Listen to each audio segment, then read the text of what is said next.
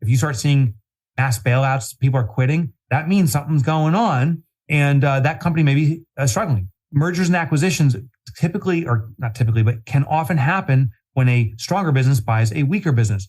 So I want to see who's being acquired because they may be losing customers in that bumpy transaction period and lap those people up. So we can choose this to be a progression. We can choose to find 10 more people. Now, I'm not saying it's going to be easy, but I think if we focus our efforts on acquiring new customers during this period, it actually is easier than it is when everyone is actively seeking customers. Let them tighten their belts while you kind of swallow up the opportunities.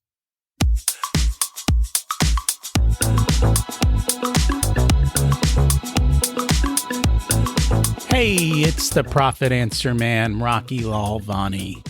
If you're new to the podcast, check out my interview with Mike Michalowicz. It's episode number 2. If you want to hear about each chapter in the Profit First book, go back and listen to episodes 3 through 13. Episode 1 is the why and how. On the Profit Answer Man, we learn money mastery without all the complicated accounting mumbo-jumbo using a simple system. Your accountant is busy documenting your transactions and creating a rearview mirror of what happened. My guess is you don't even look at the reports they sent you. If you're like most business owners, you struggle with this, and it's not your fault. We aren't taught money in school, and accountants aren't taught how to be profitable. The Profit First system created by Mike Michalowicz works, and he certified me to help you implement the system in your business. Remember, the new equation is sales minus profit equals expenses. Let's face it, without cash flow, you can't pay your employees, buy needed materials, or pay your mortgage and support your family. I help you to do that and more, so you can focus on the parts of the business you love and receive the rewards for your labor and investment into your business. The stronger you are as a business owner, the more jobs you create, the better we are as a country. Small business owners are the backbone of America, and for that, you deserve to be well rewarded. Just remember, more revenue does not equal more profit. That's why we focus on the bottom line. Hey, we're doing something new. I'm going to have a live Q&A meeting on Zoom on March 22nd at 1 p.m. Eastern Time. You can join us live and ask your questions. I'll be happy to answer them. If you can't make it that day, email your questions ahead of time and we'll put them in there and we'll answer them for all of you. So hopefully you can join us that day. I'm going to put a link in the show notes with Eventbrite code so that you can sign up and get notified and have the details for the call. So we hope to see you there on March 22nd. I just finished reading Stretch, Unlock the Power of Less and Achieve More Than You Ever Imagined. It's by Scott Schonenschein. And wow, it's so in line what we talk about with Profit First and how we can do so much more with less. I highly recommend you check it out. They share examples of how business owners who take the view of being more resourceful and not throwing money at every problem can win in the long run and take advantage of opportunities when others are going to struggle. I don't think our guest today needs an introduction. You all know him. You can hear the entire backstory in episode 2. Mike Michalowicz is back to chat about how we navigate through uncertain times that everyone says we're gonna have. Let's meet Mike. Welcome back to the Profit Answer Man, Mike Michalowicz. Thank you so much for joining us today. Oh, Rocky, it's good to be back with you, sir.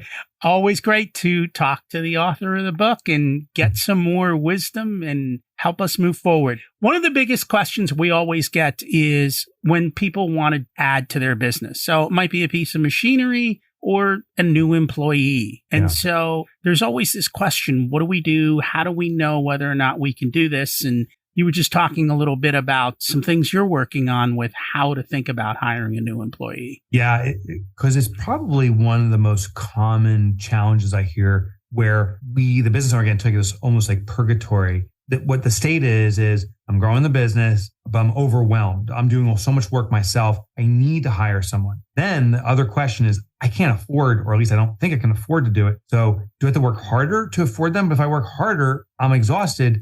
I can't manage someone. So it's this constant like back and forth. Most crazy cases, we don't hire the person. We just keep on putting it off and we exhaust ourselves. So the question is, how do you know you're ready to hire someone? How do you know you can afford them? And then when you can, then you can pull the trigger. Well, there's a really simple profit first trick here. So profit first is a fundamental system. As you know, money flows into income. You carve it up to different accounts. You pre-allocate money to its intended use. Well, we're going to add another account. We're going to call it new employee. So say the person you intend to hire, pay them $50,000 a year. I'm just picking a number. So that's roughly $4,000 a month. That's roughly $2,000 a week. Doesn't play out exactly that way, but let's just say that's it. I'm sorry, $2,000 every 2 weeks. So it'd be $1,000 a week. So what you do is every time money flows into your income, let's say weekly, we're going to do is take $1,000 a week and put it into the new employee account. What we're doing is we start paying the payroll for this new hire that we haven't hired. And we are testing the cash flow strength of our business. So you allocate the $1,000 and you see how you do. Do it again, you do it again. If operating expenses run too tight and you can't afford it, then you stop. That means you're not ready. If you have to cut your salary significantly to do that, then you're not ready. But maybe you can adjust ways that doesn't affect your business negatively. And you sustain this. I suggest doing it at least for 3 months, but maybe up to 6 months. And now, say you do it for 6 months. You have $25,000 saved up. You've proven you can manage a cash flow. And now you go out and make the hire. But the beautiful part is the money's been reserved. So when you hire this person, there isn't this desperation. My God, we need to get you up to speed. You got to start billing the second you get in here. We have runway. So it's a really cool, simple method to prove you can afford a person and then give them adequate time to be the best of themselves for your company. And it sounds like you could use that for anything. In other words, if you wanted to buy a new piece of equipment, you could use the same principle. Put money aside for the new piece of equipment or whatever it is in your particular business that you're focused on. Yeah, pay. The idea is pay for it before you get it. So listen, those computers you bought, they're going to burn out at some point. You may get 5 years out of them, which is great. 10 years would be a miracle. So let's get in a 5-year plan. Let's start paying for those new computers today so that when it's due, you can pay for cash and you're always now one ahead of it. That's the simple technique. And that's the thing. When you're ahead of the game instead of behind the game, you get to sleep at night. The rest is magical. It really is. Rocky, I can't tell you how many calls I get from people who are literally talk about their sleep, their relationships, their marriages. People are like, hey, I'm doing profit first and you won't believe this.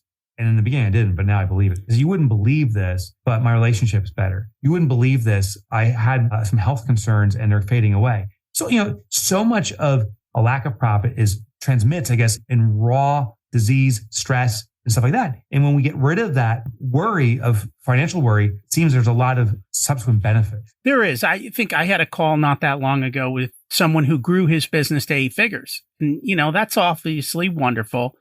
But then he also talked about the price tag, which was 2 heart attacks and, a horrible life. And too often, that's what we talk about. It doesn't matter what your top line revenue is. What do you actually keep? What's the result of that? And too often people don't get what they want out of it.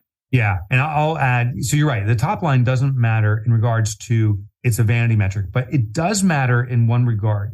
Top line revenue, sales, does translate to stress on an organization and often the business owner, because sales means obligation. Every time you have those transactions, I hear an 8-figure business, I'm like, ooh, that's a lot of transactions or a lot of big transactions. Either way, that's a lot of expectation put on this company.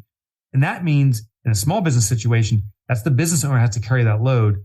And if the business owner's carrying that load, they may be under huge amounts of stress. The potion or the equilibrium for the stress factor of sales is the relief factor of profitability. Because profitability gives you runway, it gives you relief, it removes that desperate urgency to sustain.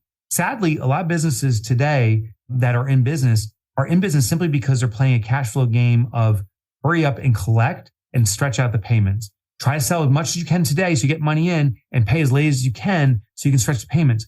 That is not sustainable. It will catch up to you. The only way you can sustain for a period of time is by selling more, and selling more because you're getting more money up front trying to pay off the people that are coming from behind you. But ultimately that will kill you and it's going to be a horrible business death. So we have to be profitable. We do. And I think the last couple of years, money has been flowing, I'll say a little too loosely. So people are taking out EIDL loans, they got PPP money. All of these different things have been out there. And because of that, they're running their business on borrowed money instead of on actual money that comes from sales. And now we're starting to see it's time to pay back the loans, or they might have to make restitution on some of these things. And so it's getting tougher. Yeah. A loan, whenever you borrow money, it's an expense, right? It's an expense. It's something you must pay back. And it's such a dangerous situation because it feels like, oh, I have access to do all these things, but we rarely put the thought into it. What's the return? I call it debt anchors. So there's a few ways to use debt. There's debt leveraging, debt bridging, and debt anchors. Debt leveraging is where, Rocky, maybe I borrow some money from you. You're the lender. I'm the borrower. You give me $100 for a period of time. It's not you didn't gift me $100. You give me $100, but I have to return it to you with interest. That's how you sustain. But a debt leverage is where if I can take $100 from you and have a extremely high degree of confidence, the higher the confidence, the better, I can double the money in, say, a month. Well, that's a bet I'm going to make every time. I'll take your 100. I'll make 200. I'll give you back your 100 plus your interest. And let's repeat this process. And I can amplify. That's debt leveraging. Very few businesses consider debt leveraging. They hypothesize about it. They say, you know what? If I take this money, I'll probably make money. They have no reasonable expectations or proof it's going to happen. The other situation is called debt bridging. And debt bridging is where there is already forecasted known income inbound, but we're in a period where we don't have the cash flow to cover our current needs. Classic example is I got payroll coming. I have a big check due to me that's going to cover payroll, but it's not coming for 2 months or 2 weeks. I need to pay payroll tomorrow. Can I borrow that $100? You give it to me, pay my payroll. Money comes in from that check. I return the funds to you plus your interest, and I've bridged that situation. That's called debt bridging. More people know about debt bridging and are aware of that. Even they can get a little hamstrung. Most people do debt anchors. Debt anchors is like, I can get access to money. I think I can do amazing things with it. I don't know what they are, but I'm just going to use it. An amazing thing is I'll have an office. I'll have a beautiful office that looks so great. And then I'll justify it by saying when a customer walks in, they'll say, this is the nicest office I've seen. I have to do business with you. And so we often use debt for emotional reasons and justify it with logic. And that becomes a real dangerous situation. I think people got these EDL loans and these different types of loans. They have to pay them back. They said, oh, I can do these wonderful things that satisfied an immediate emotional need. They backfilled it with logic, and they're now in trouble. And we were telling people up front, when you got an EIDL loan, you can use this for capital improvements if you can show us a return, but this is not money for daily operations. Because if you're using it for daily operations, you're burning through it. Your business isn't profitable to begin with. We've got an issue, and let's not make that mistake. And too often, if it's not segregated and not hidden away, there's always the emergency that comes up and it gets burned through. It always does. It always does. Yeah. And you always have that emergency slush fund. One of the principles of Profit First is to have a vault account. And a vault account is a reserve for an unexpected circumstance. And it's just interesting. This is the stuff I teach. It came up for us. We have a 401k, but we also have a cash balance plan. We've funded the cash balance, but we didn't realize our 401k needs a extra tranche due to it. And it's like, oh, that's a big chunk of money. Beautiful. We have a vault account set up for an emergency like this, and we just didn't expect it. So these circumstances happen to even the people that teach this stuff. So we need to have a reserve just to protect ourselves. In some cases, in my case, from myself. And we're all going to get emergencies. It doesn't matter how good we are with our money. Life happens. Business happens, right? I mean, COVID happened. Other things are going to happen. Yeah. Speaking of other things happening, I think the news is constantly saying recession, recession, recession. Yeah. It's coming, it's coming, it's coming. And I think a lot of business owners are worried about that. But I've heard you talk many times on this topic. And instead of focusing on recession, it is actually an opportunity time, because this is when the most millionaires are made. This is when the most progression happens. So let's talk about progression and how people can take advantage of maybe they're not the greatest economic times. Yeah. Well, you nailed it. So we can choose the framing that we want. We can choose recession, negative, or progression, positive. It was Walt Disney who said, I heard there's a recession upon us. I've chosen not to participate. And I love that because we can choose the same, particularly small business. Now, here's the thing with recession. It is going to happen. There is no question. The question is, when's it going to happen, right? So no one can predict when it is. I actually thought we'd be in the throes of it right now for small business. It doesn't seem to be happening yet, but it's coming. Now, I don't know if it's a few months out. or a few years out, or maybe some miraculous way, it's a few decades out. But it's going to come. It always does. And historically, can't prove it will happen this time, but every single time there's been a recovery. So I expect that too. I don't know how deep it's going to go, and I don't know how quickly the recovery will come about. I just simply know they're going to happen. So knowing it's a fait accompli, it's going to be, then we can choose how we're going to frame around it. A recession means I'm going to be hurt, hunker down, but tighten up the belt, and let's see if we can survive this. Go into the bunker. I think a progression is, well, what's the opportunity here? I am not saying let's be rosy glasses and like everything's perfect and ignore this thing. I'm just saying, where can you smell out opportunities? With a progression, one of the opportunities that presents itself is we will see, I think across the board, all businesses lose a percentage of their clientele and customer base. The customer base, they too are experiencing a recession. They react to it. Some of them are in a financial position where they can't afford our services, but some of them are simply in a position they choose not to use our businesses. They're using it as a justification to leave us, or they're choosing not to afford us at a time, but they're just choosing. Those customers, a percentage, will re-enter the market, some immediately, some later, but will re-enter the market looking for a new provider. They've used as justification to leave. Now, as a small business, I may have a few hundred customers, as an example. My collective competition, the big companies, the mediums, and all those other smalls, they collectively may have a few 100,000 customers. So now if I lose 10% and they lose 10%, 10% of 100 is 10 people. The mistake is to look downstream and say, oh, I lost 10 people. They're fading away. What can I do to keep them on board? I'm not saying don't make any effort. I'm saying don't make an extraordinary effort. They may have just chosen to leave you. Losing 10 customers, all you need to recover is to find 10 customers. That's simple. All we do is now look upstream and they collectively lose their 10%. There's 100,000. That's 10,000 people are entering the stream. And not all of them are ready to buy, but a percentage are, probably way more than 10 people are looking to buy. So we want to start actively seeking out people that are re-entering the market. Start marketing saying, hey, not happy with your last provider? We're ready to serve you. It could be one type of message. And let's start marketing into this market. I'll give you a couple other hacks. I would definitely hop on platforms like LinkedIn and stuff. I would track the key employees from my key competition. Just watch what goes on with them. If you start seeing mass bailouts, people are quitting, that means something's going on. And that company may be struggling. Mergers and acquisitions typically, or not typically, but can often happen when a stronger business buys a weaker business. So I want to see who's being acquired because they may be losing customers in that bumpy transaction period and lap those people up. So we can choose this to be a progression. We can choose to find 10 more people. Now, I'm not saying it's going to be easy, but I think if we focus our efforts on acquiring new customers during this period, it actually is easier than it is when everyone is actively seeking customers. Let them tighten their belts while you kind of swallow up the opportunities. And I think that's the key.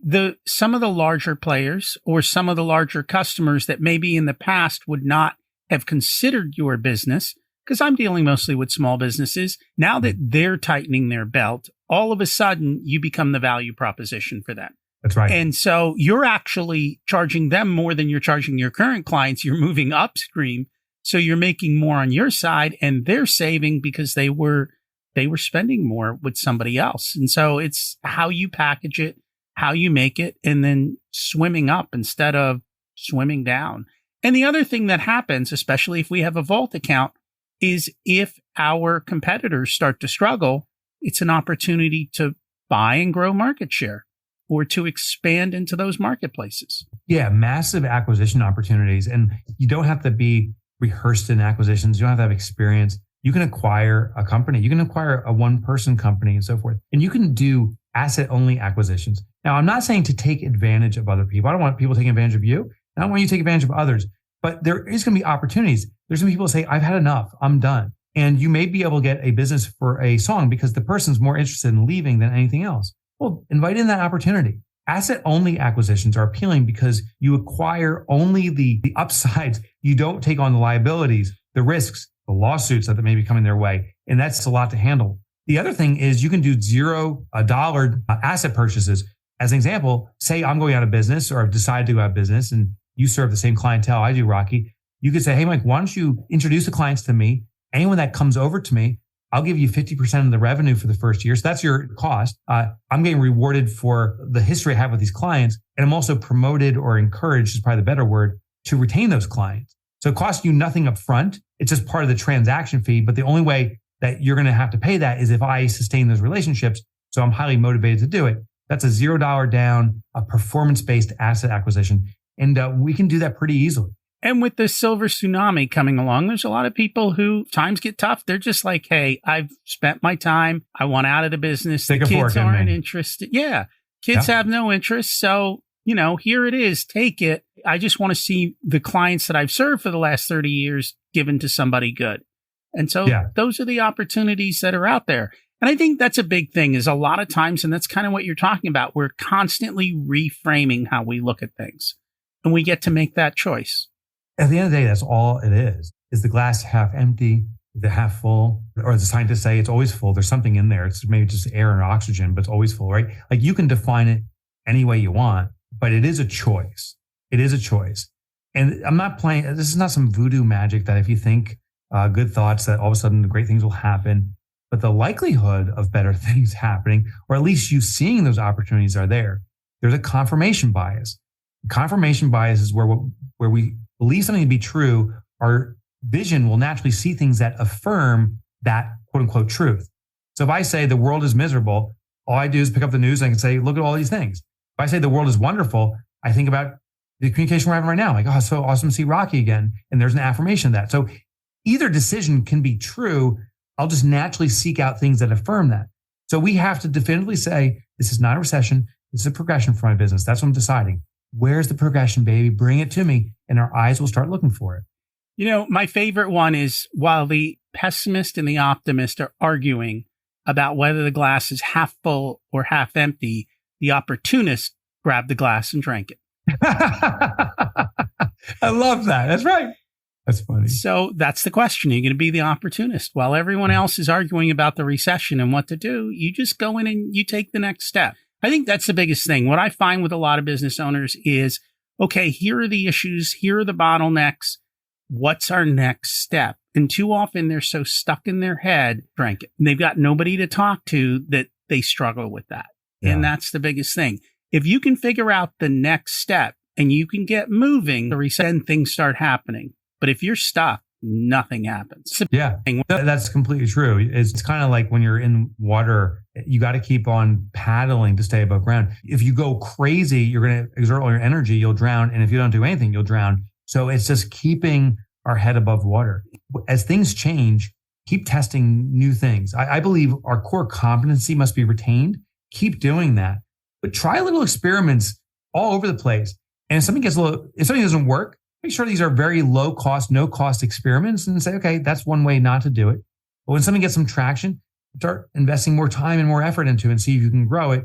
Maybe you'll spawn something new. In every business, the value, the offer comes to an end. I just don't know if it'll be today or 100 years from now. But the typewriter at a certain point is pretty much done. Yeah, there's still some typewriters out there, but the core business is gone. And for taxi cabs, I think Uber and Lyft and those type of programs, they kind of got you. Is this something we want to stay with, or is there something we can start experimenting with to create something new? So just keep experimenting. Emily Cole was on recently from the Savannah Bananas, and that's what they do. They constantly experiment. Oh, they're the masters of it. They fail all the time. I was at one of their sessions. I featured them in a few of my books, and I went to one of their ideation sessions. Remote. I wasn't actually physically there, it was remotely. And it's just fascinating. It's like, okay, that's a good idea. There was never, oh, that's a bad idea. It was like, oh, that's great. How can we build on that? And it was just all these ideas.